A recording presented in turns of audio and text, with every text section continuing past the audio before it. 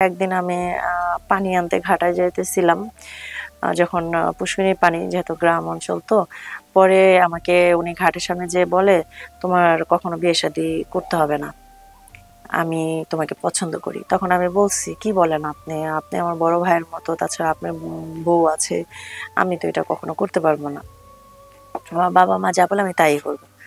তখন ও বলে যে না, আমি যেটা বলি সেটাই তোমাকে শুনতে হবে, তুমি কখনো এই বাড়ি ছেড়ে যেতে পারবে না, কারণ আমি তোমাকে অনেক আগে থেকে পছন্দ করতাম, আমার ভাই মারা গেছে, এখন আমি তোমার সাথে সংসার করব।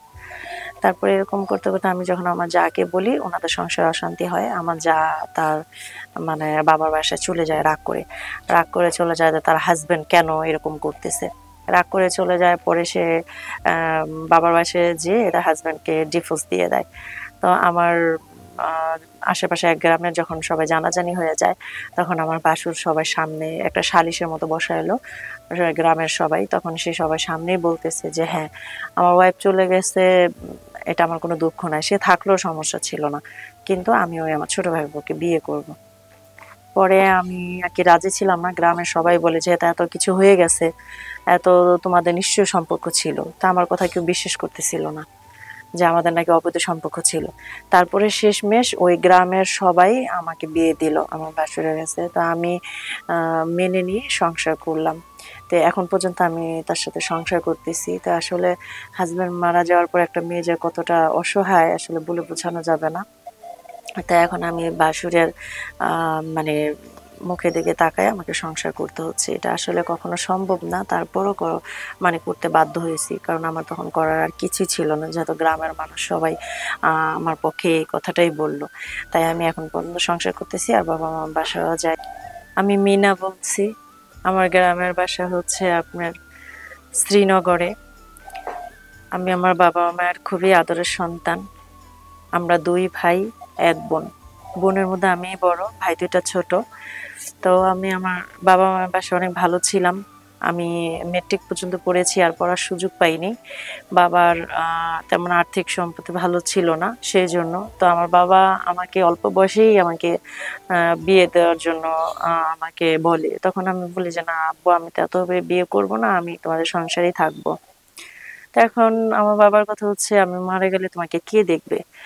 তারপরে আমি মানে বাবার কথা রাজি হই। তারপর আমার ওই অল্প বয়সে আমার বাবা আমাকে বিয়ে ঠিক করে।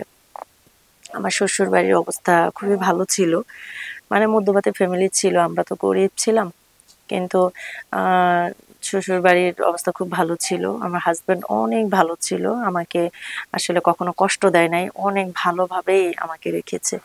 তো আমরা প্রায় এরকম সংসার করতেছি, করতে করতে আমার হাজবেন্ড 2 বছর পরে মারা যায় একটা রোড অ্যাক্সিডেন্টে। মারা যাওয়ার পরে আমি অনেক কষ্টে ছিলাম, মানে আমার হাজবেন্ড মারা যায়, আমি মানে একা কিভাবে থাকবো। তো মানে সংসার চালানোর জন্য তেমন সমস্যা হতো না, কারণ শ্বশুর বাড়িই ছিলাম। পরে আমার বাবা মা বলে যে মেয়েটা তো অল্প বয়সে, মেয়ের হাজবেন্ড মারা গেল, তা আমরা ওর জন্য সম্বন্ধ নিয়ে যাব। তারপর আমার শাশুড়ির কাছে বলে, আমার শাশুড়ির কাছে প্রস্তাব দেওয়া, তো আমার শাশুড়ি বলে ঠিক আছে, সমস্যা নাই, আমরাও রাজি, কারণ এই বয়সে তো আর একা থাকা সম্ভব না। প্রথমে আমি রাজি ছিলাম না, তারপর দেখলাম যে আমার শাশুড়িও বলল, আমার মা বাবা বলল, তাদের মুখের দিকে তাকায়, যেহেতু আমার বাচ্চা কাচ্চা নাই, আর আমার শ্বশুর বাড়িতে যে সয় সম্পত্তি আছে এগুলো আমি কিছুই পাবো না, কারণ আমি যে কদিন বাঁচবো হয়তো বা আমি খেয়ে যেতে পারবো, কিন্তু এটা তো কোনো গ্যারান্টি নাই। তো তারপরে সেই পর্যায়ে আমি রাজি হই, যেহেতু সয় সম্পত্তির মালিক হব না, আমি কিছুই পাবো না, আমার কোনো বাচ্চা কাচ্চা নাই। রাজি হয়ে যাওয়ার পর আমার বাবা সম্বন্ধ নিয়ে আসে। প্রথমে সম্বন্ধ নিয়ে আসার পর থেকে মানে আমার ভাসুর কেন যেন তাদের সাথে তর্কাতর্কি করে আমার বিয়েটা ভেঙে দেয়। তা আমি চিন্তা করলাম, হয় আমার ভাসু তো যা বলে ভালোই বলবে, যেহেতু আমি ওনার ছোট ভাইয়ের বউ। তারপরে আবার কিছুদিন পরে আমার বাবা আরেকটা সম্বন্ধ নিয়ে আসে, তখনও সে ওই সম্বন্ধ নিয়ে ঝামেলা করে। তখনও আমি কিছু বলি না, আমার মনে হলো যে সে আমার বড় ভাইয়ের মতো, নিশ্চয়ই সে আমার ভালোই চাইবে। এরকম করতে করতে আমার মানে আমাদের গ্রামের আরেকজন সম্বন্ধ নিয়ে আসে, উনি এখন ওই সম্বন্ধ ভেঙে দেবেন, ডাইরেক্ট বলতেছে বিয়ে করা যাবে না, এখানেই থাকতে হবে। তো এখন আমার বাবা মা সবাই বলতেছে কেন। তো আমার কাছেও মানে কেমন যেন মনে হলো যে কেন আমার বিয়ে, তখন কিন্তু আমার জাল ছিল, তো আমার জালও তেমন কিছু বলতো না। পরে এক পর্যায়ে সে সবসময় মানে আমাকে বলে যে না, বিয়ে করতে পারবা না, এটা সেটা, এগুলা বলার পরে একদিন ওনার সাথে আমার একটু তর্কাতর্কি হয়, হওয়ার পরে এই জিনিসটা আমার যা শুনতে পায়। আমার যা শুনতে পেরে তারপর হচ্ছে আপনার মানে নিজের হাসব্যান্ডের সাথে ঝগড়া করে যে, "কেন তুমি ওর প্রতি এত ইয়ে কেন? ও বিয়ে করলে তোমার সমস্যা কি?" এটা সেটা। তখন সে তার বউকে মানে বউর সাথে ঝগড়া করে যে, "আমি দিব না। আমি দিব না মানে দিব না। কারণ ও হচ্ছে এই, এই বাড়িতেই থাকবে।" তো তখন এটা নিয়ে আস্তে মানে গ্রামে আরকি একটু জানাজানি হয় যে কেন তার ভাসুরের প্রত্যেকটা সম্বন্ধ আসলে মানে সম্বন্ধগুলা নষ্ট করে দেয়। তারপরে হচ্ছে তাকে বিয়ে করতে দিবে না। এই সংসারেই থাকতে হবে। এটা নিশ্চয়ই কোনো কারণ আছে। তো আমিও তেমন বুঝতে পারি নাই। পরে দেখলাম যে অবশ্যই কারণ আছে। কারণ সে আমাকে পছন্দ করত। আমাকে পছন্দ করত। আ পরে আমি যখন বুঝতে পারি যে সে আমাকে পছন্দ করে, পরে একদিন আমি আ পানি আনতে ঘাটায় যাইতেছিলাম। যখন পুষ্করিণীর পানি যেহেতু গ্রাম অঞ্চল তো, পরে আমাকে উনি ঘাটের সামনে যেয়ে বলে, "তোমার কখনো বিয়ে-শাদী করতে হবে না। আমি তোমাকে পছন্দ করি।" তখন আমি বলছি, "কি বলেন আপনি? আপনি আমার বড় ভাইয়ের মতো, তাছাড়া আপনার বউ আছে। আমি তো এটা কখনো করতে পারব না। আমার বাবা-মা যা বলে আমি তাই করব।" তখন ও বলে যে, "না, আমি যেটা বলি সেটাই তোমাকে শুনতে হবে। তুমি কখনোই এই বাড়ি ছেড়ে যেতে পারবে না। কারণ আমি তোমাকে অনেক আগে থেকে পছন্দ করতাম। আমার ভাই মারা গেছে, এখন আমিই তোমার সাথে সংসার করব।" তারপরে এরকম করতে, করতে আমি যখন আমার যাকে বলি উনাদের সংসারে অশান্তি হয়। আমার যা তার মানে বাবার বাসায় চলে যায় রাগ করে। রাগ করে চলে যায় যে তার হাসব্যান্ড কেন এরকম করতেছে।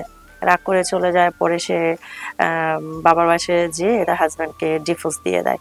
তো আমার আ আশেপাশে এক গ্রামের যখন সবাই জানাজানি হয়ে যায়, তখন আমার ভাসুর সবার সামনে একটা সালিশের মতো বসাইলো। গ্রামের সবাই। তখন সে সবার সামনেই বলতেছে যে, "হ্যাঁ, আমার ওয়াইফ চলে গেছে, এটা আমার কোনো দুঃখ নাই। সে থাকলেও সমস্যা ছিল না। কিন্তু আমি ওই আমার ছোট ভাইয়ের বউকে বিয়ে করব।" পরে আমি আরকি রাজি ছিলাম না। গ্রামের সবাই বলে যে, "এত কিছু হয়ে গেছে।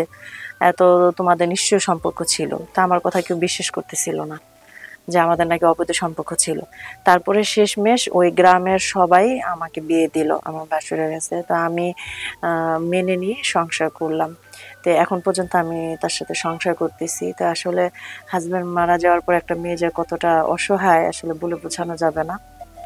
তো এখন আমি বাসুরের আ মানে মুখের দিকে তাকায় আমাকে সংসার করতে হচ্ছে। এটা আসলে কখনো সম্ভব না। তারপরও মানে করতে বাধ্য হয়েছি। কারণ আমার তখন করার আর কিছুই ছিল না। যেহেতু গ্রামের মানুষ সবাই আ আমার পক্ষে এই কথাটাই বলল।